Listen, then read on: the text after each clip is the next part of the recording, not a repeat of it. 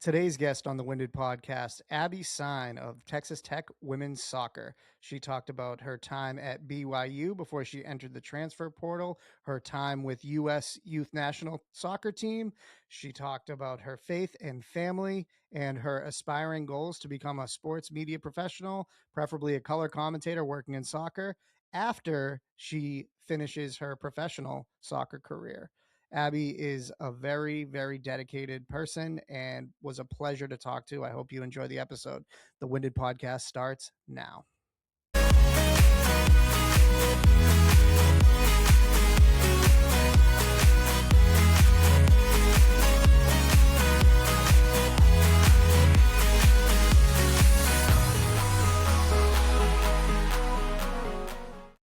Welcome back to the Winded Podcast. I'm your host, Seamus Sullivan, and today on the show, we're making history. First active Division I athlete on the show. I have Abbi Sine of Texas Tech Women's Soccer. Abbi, how you doing today? Doing pretty good. We have a game tomorrow, so super stoked for that. Thank you for making the time and fitting me in. I didn't play college athletics, but from what I gather, it's a very tough schedule, very busy. So thanks for making the time.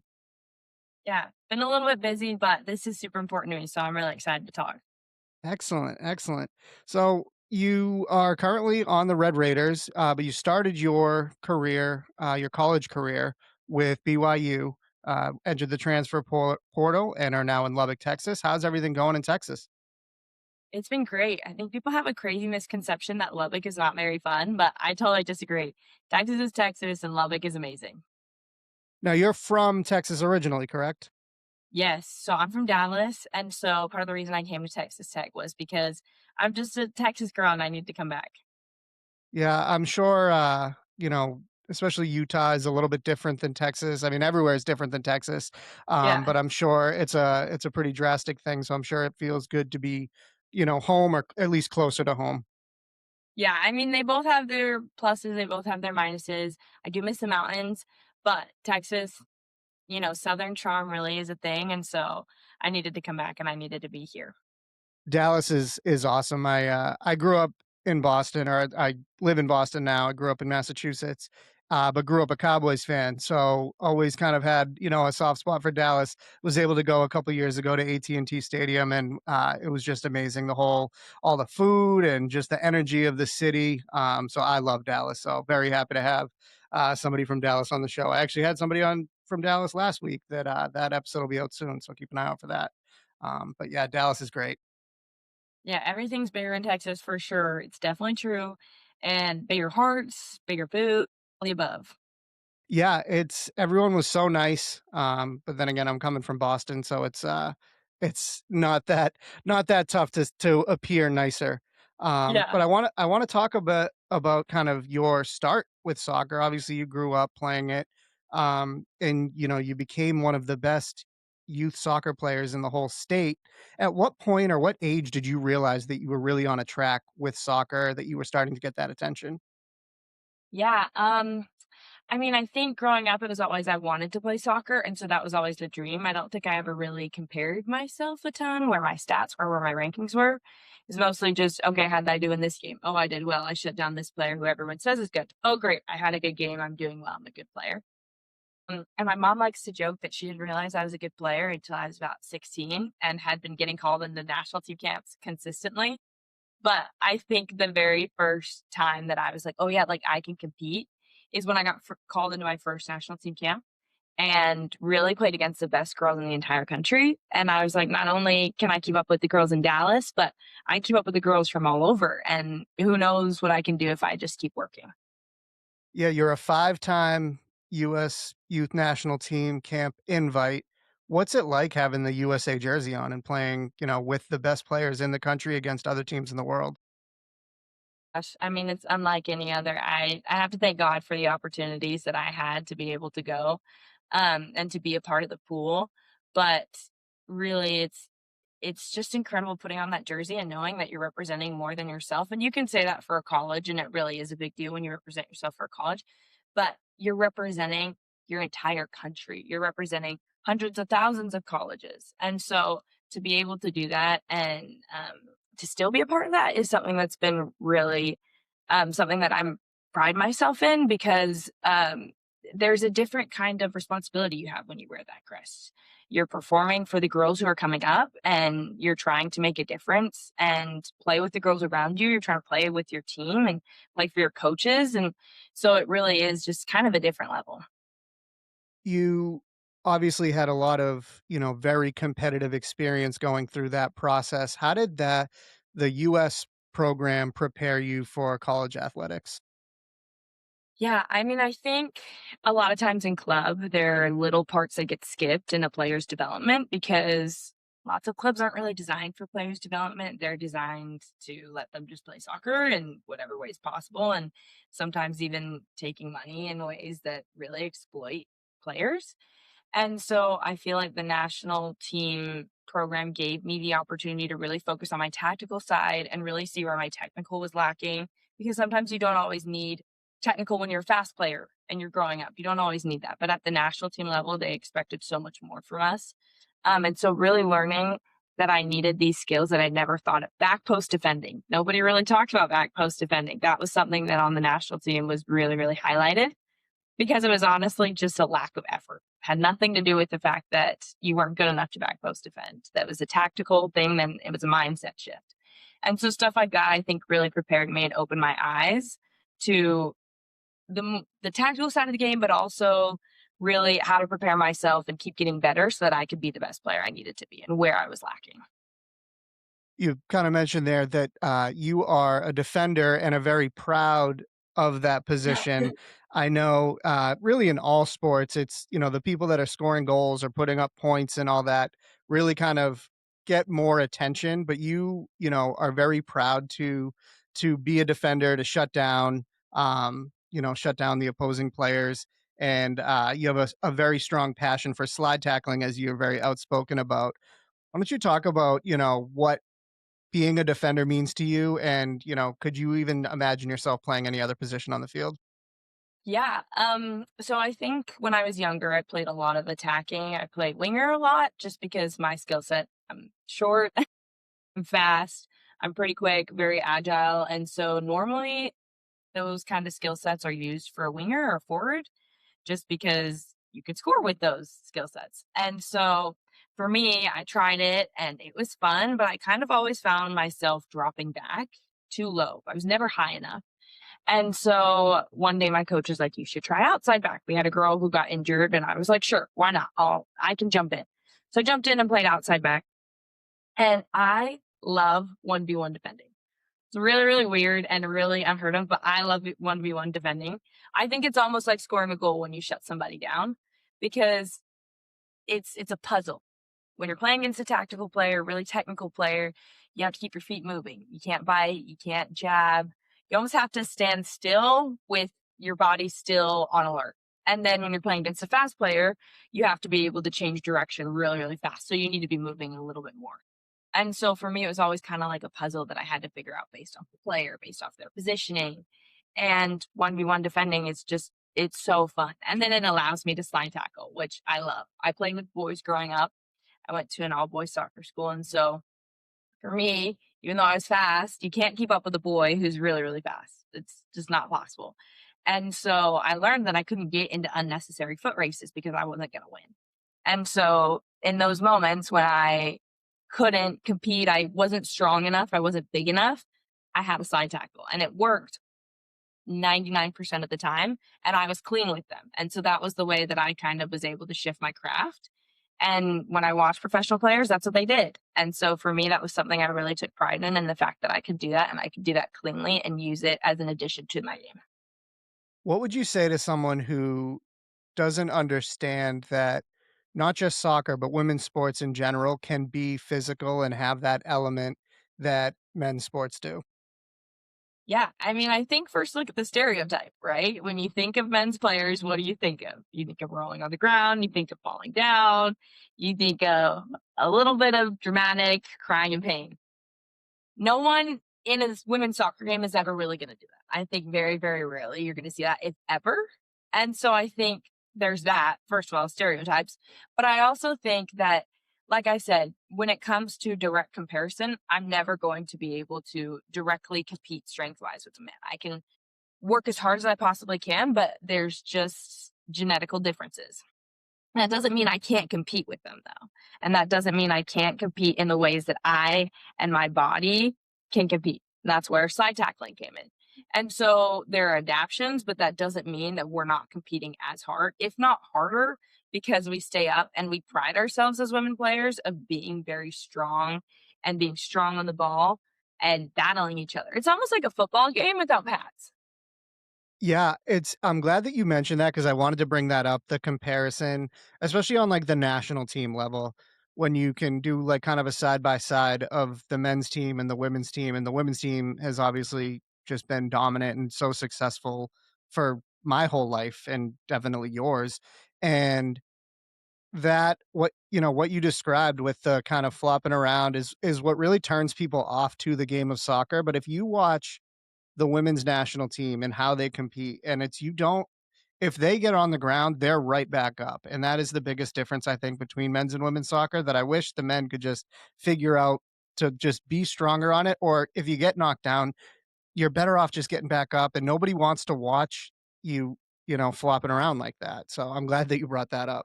Like I said, something that I've really, really direct experience. It's something that I am very passionate about because I don't think women should ever be knocked just because we're going on the same strength levels as a man. That doesn't mean I'm not as strong as a man. Couldn't agree more. Another reason why I wanted to have you on today is because of your aspirations to become a sports broadcaster someday. And you didn't even really wait for that. You kind of did your own thing and you started your own show, Between the Lines with Abbi Sine. How did you get started doing that? Yeah, I get any opportunities I've been given have been about race good, and so I really was lucky. I had a company reach out to my pro, and they said they've seen some of my social media and heard about my personality and my history, an athlete, and the experiences I've been able to have. And they approached me and asked me if I would start my own show. And I said yes, but when I started my own show, I wanted to do something that was really passionate about. And so they said, "Okay, you could do whatever." And I said, "Great, I'm going to do women empowerment. I'm going to interview different women athletes, female athletes, coaches, and others really like want to show what it is to be a female athlete because they just don't get enough credit." So started that, so have opportunity in that, and then really, really found my love for stories and to be into our and share the I'd learned younger female athlete, and I grew up in a generation where there are lots of strong women. I had lots of individual messages that were shared with me. What I do even more to elevate that between men and women's sports. That's where my show came from, and that's where I started with social media and my Instagram is because I really build a community for female athletes and athletes in general supporting each other, but showing that female athletes can do it just as men.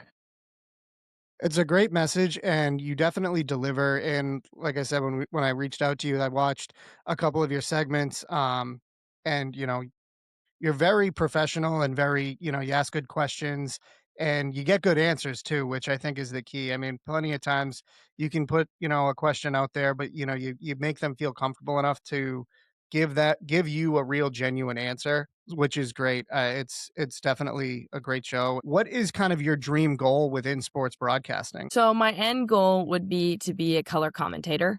So I really would love to have a family and I want to play professional soccer. So that would be the dream first is professional soccer and then be able to be a color commentator and have a family at the same time. And so that was part of my dream is the fact that those jobs I can be flexible in if I do well enough in my career as a professional athlete. And I can work with broadcasting companies. But I would love to color commentate for soccer, of course. And then when you do sports broadcasting, you kind of got to know all sports. So I'd love to do basketball and football. I think, especially as a woman, I think football is not always given the credit, and lots of women don't always know what goes on and the plays you have to learn and the routes you have to learn. And there are just so many things behind the scenes that we don't know. And I think the same can be said for basketball. And I think with soccer too, people can say it's really boring and no one wants to watch it because we're just running the entire time and there's no stopping. And so I think if I could really bring that depth to a game, especially as a player, and talking about it and providing that insight as someone who's been on the field and experienced all those things that those players are experiencing in the moments. That's great, and I could definitely see you doing that at really in any of those sports, soccer, especially with your background. I'm glad you mentioned, your goal of playing professional as well. After college, is the hope to kind of jump right into that? Are you, still on track with the U.S. team? Kind of, what's your future beyond Texas Tech look like soccer wise? Yeah, so ultimate goal with soccer is professional for sure, and I'd love to play in Europe. I love Europe in general, but also I think that the teams are just teams that I grew up watching, and I love the NWSL, and those are teams that I watch now, but I'd love to play for Barcelona. Lionel Messi was my favorite player of all and still is of all time. I actually just got to see him live for the very first time. And so to play for a Barcelona where Lucy Bronze has played, for me would be a dream come true. But also what these NWSL teams are doing for women's soccer in America is incredible. And so to be able to have the chance to play for them would be amazing too. But then of course to represent my country is the ultimate goal. Um, and so God willing, that would be what I would aspire to and what I hope is what happens and what I'm working for in everything that I do. Do you have anything coming up USA soccer wise? So I've been injured right now, and so I just am getting back from injuries. So in the pool, and that means that I'm being evaluated, but haven't been called into anything recently. And we'll have the chance to though with these spring games and being able to have that footage to send to scouts and for them to be able to see. And so I'll get those chances this summer. You mentioned the injuries, and you have kind of been banged up for the beginning part of your college career. How has that kind of mentally challenged you, um, to stay engaged, stay, eyes on the prize with what you're looking to accomplish when you can't necessarily be on the field or be putting in the work, and you have to do, a lot of physical therapy and getting ready and getting your body right to be back out there? Yeah, I mean, I've talked about it a lot, but my faith is really important to me, and so I think the thing that I really grounded me was God's plan for me, and the fact that God's power was able to overcome anything, and if I worked hard enough and I wanted it hard enough, that was what was gonna be available for me, and so I think you can do anything that you put your mind to, and I full-heartedly believe that. I believe in manifestation, I believe in visualization, I believe in all of that. And so I think I've learned a lot, and I think without my injuries, I wouldn't have learned these necessary lessons of how to maintain my body and how to learn when it's talking to me and when it's telling me it's done and how to respect that. And that's something that I'm still working on. You can ask my coaches now, but it's something that I'm still working on to make sure that I'm managing my body properly, but also learning who I am outside of a soccer player and who I can be as a teammate and how I can support my team and really uplift them in other ways besides just competing. And so I think all of those lessons were things that I needed to learn. And now that I have those, I have a better foundation of who I am. I'm a daughter of God, what I'm working for. I want to play for my country, and how I can get there, and the ways that don't just involve beating up my body and doing 7 hours of training a day. I can do film, and I can focus on nutrition, and I can be a leader in 1,000 different ways that don't involve me ignoring what my body's telling me. You That's a great outlook, and I don't think many people your age, can be mature enough to, handle that. You're on this track and you've had all this success, and then to have something kind of, be an obstacle for you would be easy to kind of be discouraged, but you kind of have embraced it and leaned into other strengths and really made you more of a well-rounded person. So I think that's great. Another thing too is with you that I've noticed on your social media is just how you're very informative and you educate a lot of what you're going through. You kind of, like, I mentioned you to you the other day that you gave your kind of, this is how I travel as an athlete, Mhm. especially with injury, and you kind of gave tips, and I think stuff like that is great. Thank you. Yeah, I mean, they're all things that I wish I'd learned. Everybody's body breaks down at some point eventually, and with ACLs so prevalent in women's soccer, there are lots of things that I wish I could have done preventatively, but again, that had to happen the way it needed to happen, but how can I share that with other athletes, men and women, so that they know how to prepare themselves and are taking control of what they need to and not waiting till they get to college, but they can do it now and they can prepare themselves so they can be a better athlete with those 1% changes. Also, I gotta say, from your, flight video, and you mentioned the barbell protein bars, I'd Yes. never had them before, and I saw them in the store after I saw your video. I Huh? grabbed a couple different flavors. I'm like, "How have I never heard of these before?" They're so much better than any other protein bar. They don't taste like they don't have that, like, texture taste that Mhm. every single protein bar has. I was like, "This is a candy bar. This is delicious." Right? No, I think that's the reason that I talk about, you'll see them on a couple of my videos, but that's the reason I talk about them so much is I'm a foodie and I really like food, and I really, really am frustrated when people come to me and they say, "Oh, I have this new healthy thing for you to try," and then it tastes like grass or it tastes like Yeah. dirt.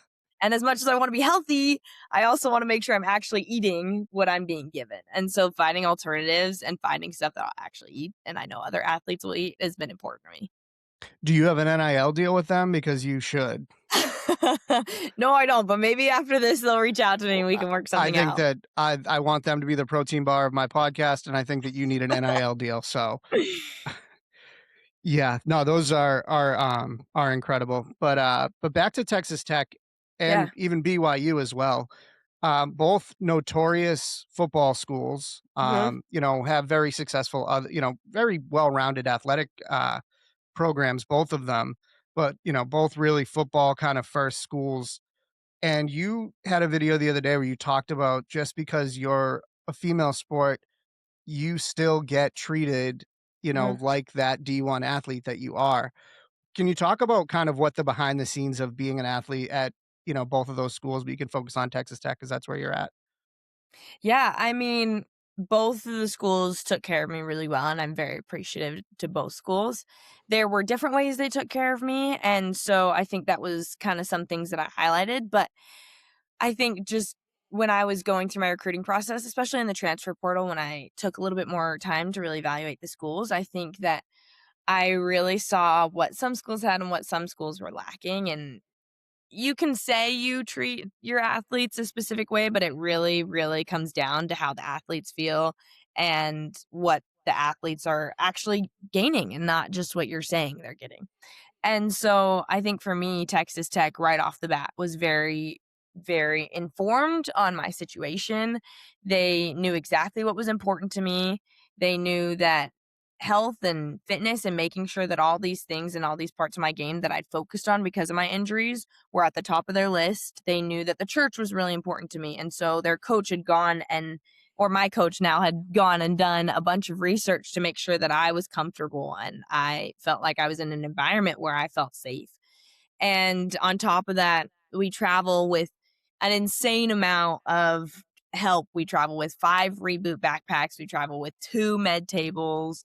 When we come back, we get massages from massage therapists. There are an insane amount of things that they're doing that I would never have even thought of. They do blood work, so we have all the supplements we need.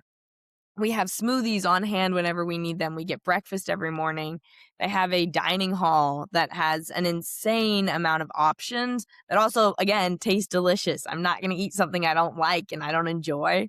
And so they really, really take care of their athletes, but they care about us as people too. And so that was something that was so important to me at Texas Tech was the culture and the fact that coach wanted to know who I was outside of just a soccer player. And he wanted to make sure that I was a good fit for the team. And I really respected that. And he had told me, he'd said, if we're recruiting a player and they don't fit the mold of the culture that we have here as supportive women who are trying to play their best and work their hardest and work for each other. Doesn't matter how good of a player they are, they're not coming to Texas Tech. And for me, that meant the world to know that I was in an environment where I was going to be supported by teammates and coaches. And I have access to film sessions, and every practice is filmed. And I can go back and watch trainings with coaches by myself. We have a red light bed, pool, like cold tub, hot tub, anything, we have it. The football team, anything that they have, we have access to. And so having those resources and knowing that I'm valued just as much as a football athlete, as a basketball athlete is incredible. And I can go to those training rooms and I walk in and the head trainer knows how I'm doing. He asks, about maybe something that I'd been dealing with. He's got all of it and they're taking care of us like they would anyone else. It's gotta be great to just as an athlete to go to a place that has a culture like that where, you have a very decorated career, your resume speaks for itself, and I'm sure that there are plenty of programs that they would take a player like you regardless of whether it's a culture fit or not, but the fact that it was important to them to make sure that they were getting the right person makes you gotta feel better about the environment that you're going into. Yeah, I mean, just the fact that they were that in depth with who they were looking for, was just meant the world to me. And to have an environment where it's full of a bunch of Christian female athletes who can support each other in a tiny city in the middle of nowhere like in Texas is incredible. And it comes from the fact that these girls are willing to be able to stand up for their faith and willing to stand up for each other. And coach is willing to provide everything that we need and stand up for us and make sure that we are taken care of in every single way possible. You mentioned your faith and family a lot. Today you have, and just in general. I think it's really impressive for someone your age to be that open about it. I know, we kind of live in a world where it's not valued the same way that it once was. So I do give you a lot of credit for standing up for your beliefs and your family and everything. Why don't you talk about just like what your family has kind of meant to you through all that you've kind of gone through, whether it's, growing up a soccer player, your injuries, everything, and just how you've leaned on them and how they've supported you through all of this. Yeah, so I'm the oldest of 5, so I have 4 little siblings. The youngest is 7, he's about to turn 8, and they're my best friends. And so leaving my family was really, really hard when I went to BYU and even now, but because we have just such strong connections, and I don't know if people, really understand how much my family means to me, but my family really is my safe place, and they're my favorite people in the entire world. Like, I just can't express how much I love them.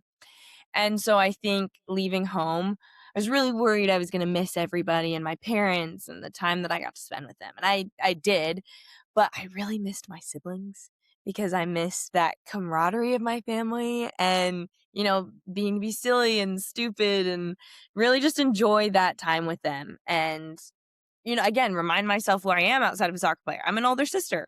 I get to talk about my little sister's boyfriend and talk about the drama and help her work through that. And so it's been really important to me that they have been so supportive of everything that I've done.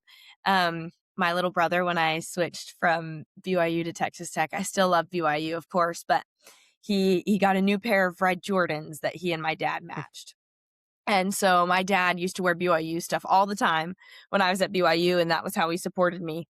And he switched, and now he wears all Texas Tech stuff and all red. And he never thought he'd wear red, but it's been amazing to see how they've supported me in this change, but they've supported me throughout my entire life. My siblings made sacrifices to be able to come to my games and to be able to make sure that my needs were met when I needed to go to practices and I needed to go to things that sometimes meant that they missed out on things.